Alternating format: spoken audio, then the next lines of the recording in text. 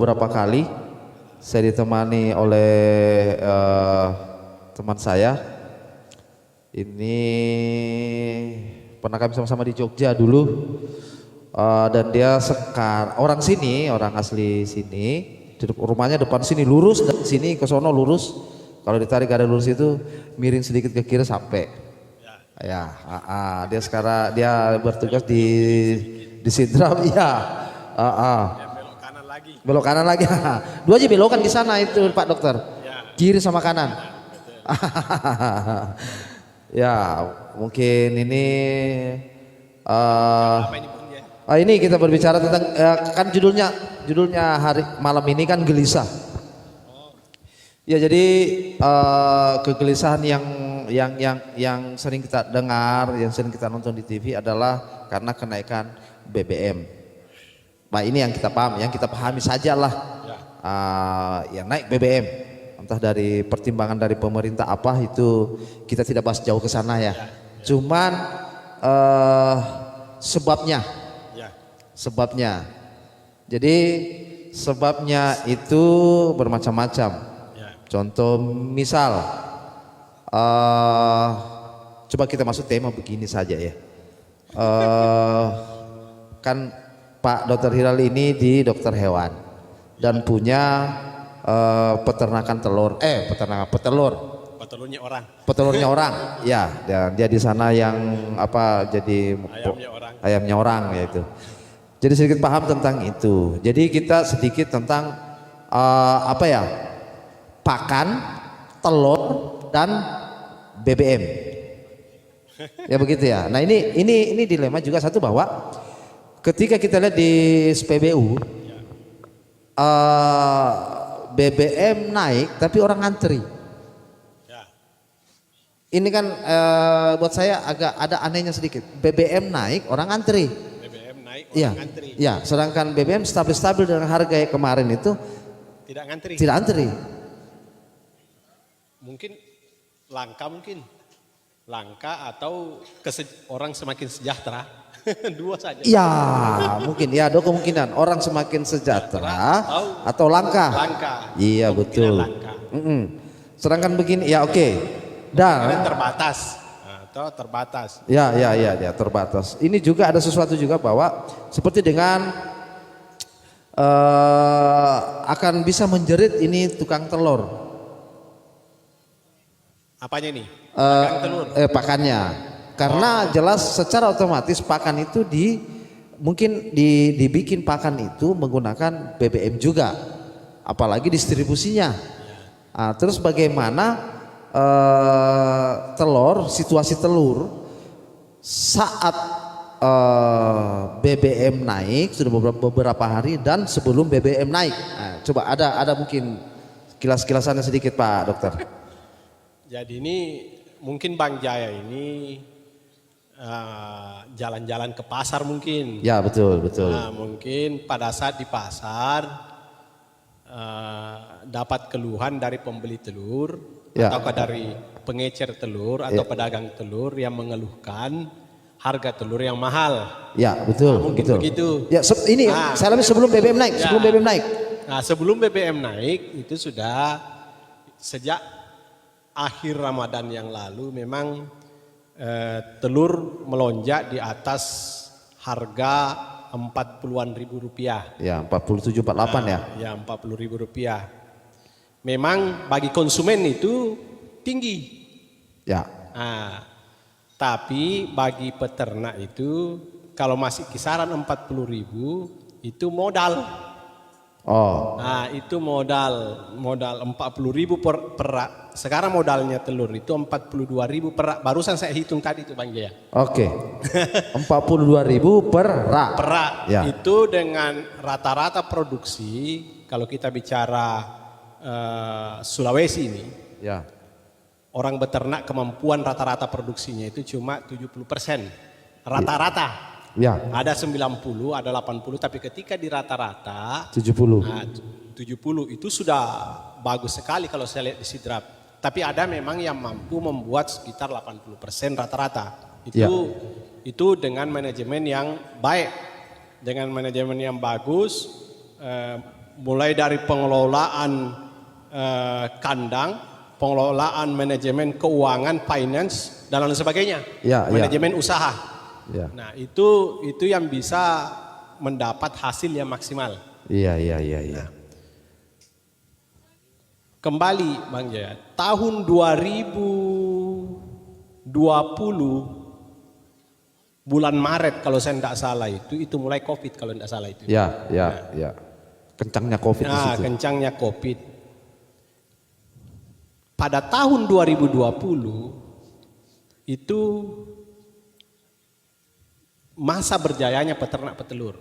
Oh, ya. Itu harga telur tinggi pada saat itu sampai 44.000 dengan modal pakan yang masih kisaran 4.500 per kilo. Per kilo. Ya, pada masa itu. Sehingga saya kalau hitung-hitung kalkulasi itu modal produksinya, modal produksi. Iya. Modal pakan. Ya. Bukan modal produksi, modal pakan itu hanya sekitar 36%. 36%. Nah, produksi telur. Iya. Nah, itu dia sudah menutupi modal pakan pada masa itu. Jadi kalau dia dapat 90% itu lumayan selisihnya. Nah, makanya pada saat itu banyak yang melirik, orang-orang yang bermodal besar itu melirik dunia perayaman ini, ayam petelur. Wah, ini ternyata usaha yang menggiurkan di tengah pandemi, di tengah badai semua usaha yang lain. Semua usaha yang lain pada saat itu mengalami badai. Akhirnya berlomba-lomba Bang Jaya. Tunggu sebentar. Kenapa salah duduk kayak? Naik pahaku. Salah duduk. Nah.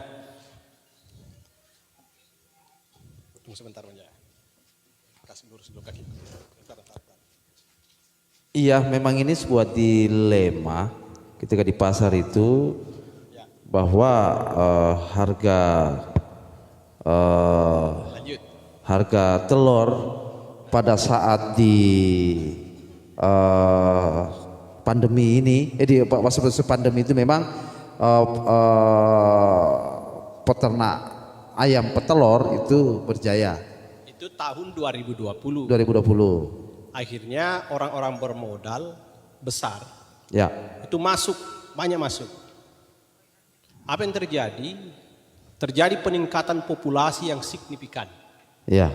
Efeknya itu di tahun 2021. Nah, di tahun 2021 itu harga anjlok. Nah, pada saat yang bersamaan, bukan di anjlok sebenarnya. Kalau kita berhitung ke 2019, itu harga di kisaran 30.000, 28.000, itu sebenarnya masih harga-harga yang bagus. Ya. Tapi karena pada tahun 2021 juga diikuti dengan kenaikan bahan baku itu pakan ayam petelur itu kan ada 3 sumber pokok. Pertama adalah jagung, kalau yang disidrap itu mixer. Yang di mix itu kan ada pakan jadi yang sudah butiran, tapi ada juga yang semi cell mix yang mencampur antara jagung, dedak dan konsentrat. Konsentrat ini dari pabrikan dari perusahaan. Nah, pada saat itu dulu saya masih ingat itu alasan kenaikan harga konsentrat. Pada waktu itu kan konsentrat yang naik tinggi sekali. Kenaikannya hampir dari harga 300-an itu menjadi 400-an lebih, 450.000, hampir 500. Itu sekitar 100 ribuan naiknya dalam jangka waktu yang tidak begitu lama. Sehingga alasannya pada saat itu Amerika Serikat gagal panen. Puso kedelai. Pada saat itu gagal panen kedelai. Ya, harga tempe naik juga. Pada saat itu kan harga tempe juga sempat naik kan. Naik, tahu tempe betul. Saat itu. Kedelai langka. Itu alasan kenaikan pada masa itu. Cuma persoalannya ketika sudah melimpah bahan baku kedelai itu tidak turun-turun lagi pakan. Nah, padahal bungkil kan itu kedelai dibungkil lagi. Bungkil itu kayak taiboka. Ya. Dibungkil lagi, itulah yang kemudian dijadikan sumber bahan baku, sumber protein. Ya. Kalau dia sudah dibungkil, diperas minyaknya, itu anti nutrisinya itu sudah hilang. Ya. Sehingga yang ada itu nutrisi. Kan dalam pakan itu kalau ada zat anti nutrisi. Nah itu kalau untuk mengurai zat anti nutrisi itu harus ada katalisatornya seperti enzim. Iya. Nah, kita tidak jauh di situ. Ini kita bicara telur. Nah, iya. Nah, tahun 2021 itu harga telur terendah itu sekitar 27-28 ribu dan itu berlangsung agak lama. Iya. Nah, dan kisaran 28 sampai 35. Kalau kita bicara 28 sampai 35 ribu itu sekitar hampir setahun. Hampir setahun lamanya harga telur di bawah HPP namanya. Pada saat itu hitungan pakan sudah naik sekitar 6.500 per kilo. Dari konsentrat tadi naik tinggi, jagung juga tinggi pada saat itu, dedak juga harganya tinggi. Ya. Nah ketika diformulasi kemudian dikalkulasi, kemudian dikalkulasi, dapatlah jatuhnya per kilo itu 6.500, bahkan hampir 7.000 rupiah per kilo. Nah, ketika kita hitung itu modal telur pada masa itu 38, antara 38 dan sampai 42. Kalau saya menghitung 42.000. Nah, bayangkan kalau harga telur pada masa itu di tingkat peternak cuma 28.000, selisihnya berapa? 12.000 per rak minusnya per hari per satu rak. Ya. Nah, makanya kalau peternak yang jumlahnya besar ayamnya pada saat itu wajar kalau hitungannya bilang miliar ruginya itu wajar. Nah, kalau peternak kecil dia per harinya jutaan, toh dia sebelah jutaan. Makanya sampai dengan bulan Ramadan kemarin yang lalu itu banyak yang gulung tikar di situ. Banyak yang gulung tikar. Apa yang terjadi? Populasi turun hingga 30 sampai 40%. Populasi ayam turun. Nah, ketika populasi turun, muncullah hukum pasar, permintaan tinggi, barang tidak ada. Barang tidak ada. Hukum ekonomi berlaku. Nah, tapi dalam keadaan normal tidak semua hukum ekonomi itu berlaku, Pak. Iya. Kalau ada mafia di situ itu tidak berlaku hukum ekonomi. Iya, jadi yang kita pikir sekarang, ini Pak Dokter, bahwa dengan keadaan seperti tadi yang diuraikan dari 2019, 2020, 2021, ini masuk ke 2022 dengan kondisi seperti ini sekarang. Baru beberapa hari yang naik BBM. Nah, mungkinkah dari harga sekarang per telur per rak itu 47 sampai 50? Per kemarin itu kan sempat 52.000 harga 52, telur. Ya. Nah, sempat 52.000. Itu dipengaruhi oleh bansos. Bansos yang berwujud sembako. Nah, salah satunya adalah telur. Ya. Sembako itu salah satunya. Iya. Nah, itu habis-habis telur di Sidrap itu. Tingkat peternak itu habis-habis karena dibeli oleh bansos. Ya. Nah, bansos. Jadi itu dibagi-bagikan per kabupaten yang sudah cair dana bansosnya. Dana bansosnya kabupaten atau provinsi yang cair dana bansosnya. Nah, itulah yang menyebabkan harga telur itu melonjak karena permintaan tinggi. Nah, per kemarin itu turun. Pada saat harga BBM malah naik, malah harga telur turun. Ini yang jadi ya betul. Hampir sama dengan BBM naik orang antri. Ya, betul. Nah, harusnya BBM tidak naik itu orang antri saja, tapi ya rumah dekat pom bensin. Jadi kalau waktu harga stabil-stabil saja itu ya kita tidak antri. Sekarang BBM naik malah antri. Yaitu sebilang tadi, apakah dia di telur itu begini. Kalau telur itu murah, kalau telur murah justru pembelinya jarang. pada saat telur mahal berlomba-lomba pembelinya. Ini telur itu. Ini apa? Itu bila saya bilang ini logika terbalik atau apa ini? Betul juga, betul sekali. Betul. Ataukah kita balik logikanya? Jadi mahalnya harga telur karena permintaan tinggi. Ya. Tapi kalau di peternak mengatakan bahwa justru permintaan tinggi ketika harga mahal harga telur mahal. Telur mahal ya. Iya. Tingkat konsumen mengatakan bahwa kenapa harga telur mahal karena permintaan tinggi. Nah, apa mungkin konsumen suka makan yang mahal-mahal? Tidak juga. Oh, enggak juga ya. Oke. Tidak juga. Yang jelas hari ini Bang Jaya biaya ekspedisi yang naik. Ya ini ya itu berhubungan tadi dengan pakan dengan jadi ekspedisi naik. Kira-kira prediksi sementara ini ini ya. Di seminggu ke depan ini kira-kira harga telur di kisaran berapa? Kalau tidak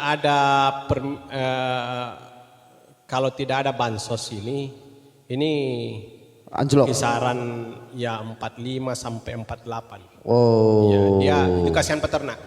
Bayangkan kalau modal jatuh peraknya itu 42.000, itu selisih cuma berapa, sementara ayam itu Pak Bang Jaya modalnya tinggi. Hari ini kalau kita melihara 1.000 ekor itu membutuhkan bagi pemula dia membutuhkan uang sekitar 200 juta. 1.000 ekor. 1.000 ekor. Nah 1.000 ekor itu paling tinggi 30 rak per hari. Itu kalau sudah bagus 30-31 rak. Nah kalau dia rata-ratanya mungkin sekitar 25 rak, kita rata-rata 25 rak. Kalau cuma selisih 3.000 kali 25 kali sekian hari berapa Ji? Iya.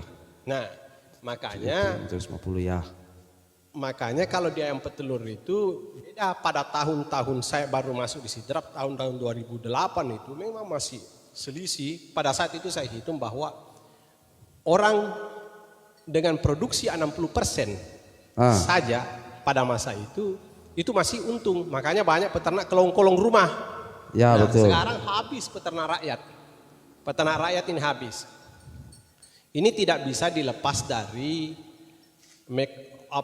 sistem pasar global kita kalau kita bicara dunia perayaman, perunggasan. Ini ada pertanyaan. Ini internasional ini isunya kalau kita bicara dunia perunggasan karena itu terkait dengan kedelai, terkait dengan bahan-bahan baku strategis yang dibutuhkan oleh masyarakat dunia. Terkait dengan jagung, terkait dengan kedelai, terkait dengan tepung tulang dan daging dan sebagainya, MBM, SBM itu bahan baku pakan yang strategis di dunia. Ini. Apalagi sekarang Bang Jaya. Yang menyebabkan juga salah satunya konsentrat naik tinggi katanya karena permintaan Cina itu tinggi terhadap kedelai. Permintaan Cina tinggi terhadap kedelai untuk pakan babi. Begitu. Ya. Jadi ini yang bertanya di sini. Kenapa telur terlalu melonjak? Ya ini sudah dijawab. Ini karena memang pada saat itu bansos turun, jadi petani petelur yang ini telur ini populasi turun, kemudian muncul bansos, permintaan tinggi. Permintaan tinggi. Jadi kemudian yang ketiga harus kita mempertimbangkan di sektor peternaknya. Kalau peternaknya itu modal peraknya itu tinggi, akan tetapi kalau produk seperti telur itu kan produk yang tidak ditentukan harga eceran tertingginya. Karena ini betul-betul mengikuti mekanisme pasar. Itu di mekanisme pasar itu ada namanya hukum penawaran dan hukum permintaan. Nah, ini saya dokter hewan tapi kenapa bisa ngomong ke situ juga berarti tidak berbanding terbalik dengan itu semua Jadi ada hukum ekonomi, hukum pasar di situ berlaku. Nah kadang-kadang kenapa bisa harga telur kadang-kadang dibawa dari HPP. Apa itu HPP? Itu harga pokok produksi. Harga pokok produksi itu adalah modalnya ayam. Nah, bayangkan pada tahun 2021 kemarin modalnya ayam itu 42.000 per rak, itu sementara harga telur 28.000 per rak. Jadi ada selisih minus 12.000. 12.000. Bayangkan minus 12.000 kali sekian, anggaplah per harinya rata-rata 27. Nah, 12.000 kali 27, kalau ayam 1.000, segitulah minusnya per hari. Memang rumit. Memang dia bisa-bisa orang gulung tikar. Ya, enggak seperti kalau lesehan. Ya. Kalau di lesehan itu dia gulung tikar, besoknya dibuka lagi tikarnya. Ini tidak ada. Ya, ini anunya ini maksudnya anehnya dia di sini. Nah. Ya, dia sudah tahu bahwa saya gulung tikar, besok tidak ada kapok-kapoknya, buka lagi. Itulah dinamika di sektor budidaya. Sektor budidaya. Makanya kan kita begini, Pak Jaya. Ada namanya sektor budidaya, ada namanya sektor perdagangan. Ya. Ilmu dagang tidak bisa dibawa ke ilmu budidaya. Ya. Ilmu budidaya begitupun sebaliknya. Akan tetapi keduanya bisa keduanya ini harus bisa dipahami. Ya. Nah, kalau kita masuk di budidaya, lepaskan ilmu dagang. Karena bisa jadi tidak sama hitungannya. Ya. Contoh begini, ilmu dagang kadang-kadang bicara efisiensinya itu di depan. Ya. Mengatakan, wah kita kurangi pakannya ayam ini supaya efisien, sekian saja dikasih makan saja supaya kita tidak rugi. Ya. Sekian rupiahnya. Ya. Dalam ilmu budidaya itu tidak bisa berlaku. Kenapa? Karena nanti terevaluasi, terkoreksi di ayamnya. Ayamnya cuma bertelur berapa nanti? Iya, betul, betul. Dalam ilmu budidaya yang disebut dengan efisien itu adalah produksinya berapa. Ya. Nah, bagaimana memaksimalkan produksi, berapapun biayanya di sini, bagaimana caranya memaksimalkan produksi. Nah, nanti kalau produksinya tinggi dibagi dengan biaya operasional, dapatlah efisiensinya berapa, apakah dia bengkak atau efisien. Ya. Nah, itulah ilmu budidaya. Mau dipakai dimanapun itu sama, mau dipakai di perikanan boleh, dipakai di tanam-tanaman, itu prinsip budidaya. Ya. Yang jadi pertanyaan mereka sekarang ini masyarakat, kita berbicara tentang di kisaran masalah-masalah kita sekarang. Jadi pertanyaan begini, mungkinkah ini telur di masa ini BBM naik ini kira-kira berkisaran berapa? Yang jelas satu, ekspedisi naik. Oke, jelas naik. Kalau apakah itu hoax apa tidak, saya dapat kabar itu kemarin katanya kalau dari Sidrap ke Makassar itu biaya ekspedisi per satu rak telur itu sudah capai 2.000 rupiah per rak. Padahal dulunya setahu saya cuma 700 rupiah per rak. Itu ekspedisi. Berarti dia naik sekitar 3% ya. Tapi nggak tahu kalau dia pakai mobil Puso itu kan itu kan permainan. Di situ nanti ada permainan. Ini kan cuma itu hal begitu itu biasa ndak mutlak. Iya, jadi kan netizen ya bertanya itu kira-kira berikan ke sana dan juga bahwa carilah solusi-solusi lain selain telur. Tapi memang telur itu kan memang bisa dibilang fast food. Ambil bilang chef saji gitu kan, gampang dibikinnya. Untuk buru-buru itu jadi semacam kayak buat saya situ kan. Jadi begini Bang Jaya, telur itu masuk sembako. Sembilan bahan makanan pokok ya. Telur itu masuk dalam sembako. Yang lain belum tentu masuk sembako. Ya. Jadi berarti dia pokok. Ya, dia ada pokok. Ya mah, dia menjadi pokok ini dengan. Jadi saya mau closing statement. Kira-kira bagaimana menanggapi dengan pakan, telur dan BBM? Ya. Jadi begini Bang. Ya. Dengan naiknya BBM pasti berefek pada terdongkraknya semua harga barang-barang. Iya, betul. Solusinya bagaimana? Solusinya ya susah diharap ini negara ini gayanya. Mengamuk orang baru bisa. Tapi solusinya makanya kembali ke kita lagi. Ya. Nah, kembali ke kita lagi. Solusinya satu Bang Jaya. Tambah penghasilan. Nah ini dia. Nah itu yang susah. Ya, nambah penghasilan, daya beli berkurang, susah. karena memang seperti ya maaf saja kita begini ada panpen gitu kan, pemulihan segala itu yang dipulihkan yang mana? Yang mana yang dipulihkan?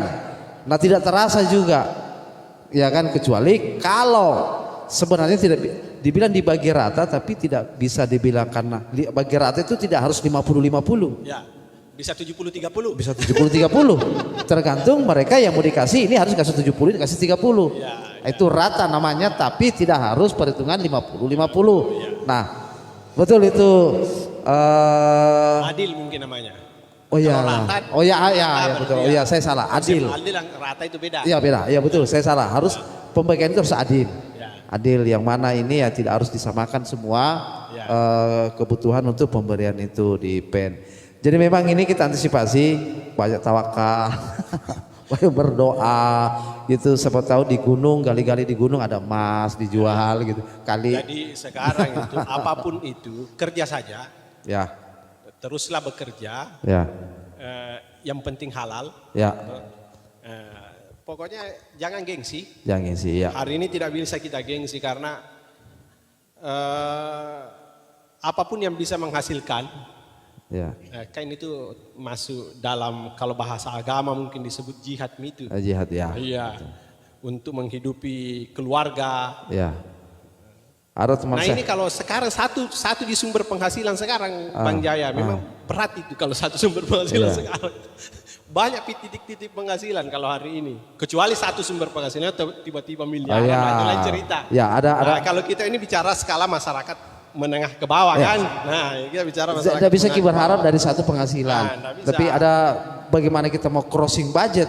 Budget apa yang mau di crossing? Nah, tidak bisa ada di crossing. Harus ada 1, 2, 3 gitu. Yang penting kayak teman saya itu namanya jihada, belum punya keluarga jadi dia belum jihad ya. Karena dia belum bisa begitu keluarganya. Tidak ada yang bisa keluarga. Oke, jadi itu closing statement. Terutama ini masalah telur. Besok kapan lagi kita pulang ke Sidrap? Saya besok ke utara dulu. Ke utara dulu, lihat ayam di sana. Lihat telur di sana. Lihat peternakannya orang. Iya. Baru kita bahas lagi. Jadi kan semakin jauh ini. Lain mau dibahas. Masih tetap telur. Karena begini, di pasar ini saya tadi masih banyak harus kita bahas. Gas semakin langka. Ya. Kayak begitu kan. Harusnya yang mendengarkan ini ya, mungkin ini kan dari sana. Harusnya ada operasi pasar yang disampaikan ke masyarakat. Kenapa sih sehingga tidak terjadi simpang siur informasi di pasar. Saya pengguna tabung, minimal tabung satu hari saya itu 4 saya pakai, dan harganya sekarang itu 30.000 per tabung. Nah ini kan sebenarnya sudah melebihi dari sebenarnya. Kalau saya kan dulu tukang jual tabung gas. Sekali satu yang saya masih punya mobil. Makanya sekarang saya pakai tabung 12 kilo Pak. Ada 12 kilo. Ya ini. Nanti nama Raiki nanti bilang ini tidak termasuk subsidi. Subsidi. Oh iya betul. Tapi susah dikontrol. Makanya itu ya operasi pasar dong kan begitu. Ya. Kita ini masyarakat. Cuma jangan sampai yang rumahnya mewah. Ya pakai 3 kilo. 3 kilo itu kan kita sebanding. Itu dari subsidong, namanya itu. Ya kita masyarakat ya harus paling tidak ada informasi dari pihak yang berwenang disampaikan ke kita. Nah, itu berarti di pemerintah daerah. Jelas, itu sangat jelas. Jadi mestinya memang ini kan kita tidak bisa semuanya kembali ke pusat. Ya. Nah, karena juga pemerintah itu kan ada struktur, termasuk juga pemerintah daerah. Ya. Nah, yang lebih dekat kan pemerintah daerah yang mestinya jeli, teliti. Ya, jadi seandainya semua pemerintah daerah dengan seluruh perangkatnya itu fokus melihat bidangnya masing-masing, pekerjaannya masing-masing, saya kira daerah akan maju. Kuncinya cuma satu. Termasuk itu tadi bisa. Oh ini ada gejolak pasar. Ya. Itu kalau jeli itu cepat menyikapi. Ya. Kalau ada kepekaan, sense of belonging. Ya. Sense of belonging. Atau sense of responsibility. Ya. Nah, dua-duanya kan. Ya. Baru saya bilang bahwa kepekaan, cuman kurang pekaan. Dan saya juga berani. Maksudnya saya bukan berani begini. ada yang mau podcast di sini tentang operasi pasar, kenapa ini, kenapa boleh, lebih bagus kita ke publik kan. Ya supaya ya masyarakat butuh ketenangan, bahwa butuh juga edukasi bahwa oh pada memang mite. Ya. Berarti kerjanya perdagangan. Ya, perdagangan dong. Ya, boleh kita sini, kita podcast di sini. Ya, masa sentil di sini, podcast di sini kita cerita. Karena di sini pertanyaan banyak. Apa aja kalau di sini perdagangan masuk bidang atau dinas? Dinas perdagangan. Dinas. Oke, jadi mudah-mudahan ada dari sana perdagangan tahu. Yuk, boleh kita menyampaikan informasi tentang operasi pasar yang sangat-sangat tinggi, yang tidak masuk di akal buat saya adalah gas. Kenapa itu gas tinggi? Telur juga naik, iya setahunya itu yang telur naik itu ya naik turun atau turun naik kalau di malam hari biasanya juga ya, saya nggak tahu itu. Oke, jadi sekian begitu Pak Dr. Hilal. Ya, terima kasih atas kesempatan yang diberikan. Ya, Pak Dr. Hilal ini adalah ngomong ngalur ngidul ini. Ya. Mas Anda bilang orang Jogja. Ngalur ngidul ya. Iya, betul juga. Jadi ngiringanan. Ngiringanan. Jadi ada di sana Sunda tapi. Jadi teman-teman semua bahwa malam ini ada kita cerita tentang yang mau bercerita tentang bagaimana keadaan yang tentang budaya, tentang seni, tentang ekonomi, tentang apa yang sedikit kita tahu, kita bahas-bahas lah. Kita punya referensi. Jadi tadi seperti kita tadi sebelum naik kita bahas dulu supaya kita tidak buta kan. Sedikit kita cerita-cerita baru kita podcast. Apa salahnya membagi-bagi informasi? Itu mungkin lebih baik dan sangat berharga dan itu menjadi amal. Amin. Oke, dengan ini terima kasih buat Dr. Hilal. Sama-sama. Dia baru datang dari Sidrap, dia memang tuh Sidrap, dia pernah kuliah di Jogja, di Gajah Mada, dan sekarang dia akan turun besok, dia turun ke Luhut Timur untuk melihat telur ayamnya orang di sana. Iya, gitu. Terima kasih banyak. Assalamualaikum warahmatullahi wabarakatuh. Waalaikumsalam warahmatullahi wabarakatuh.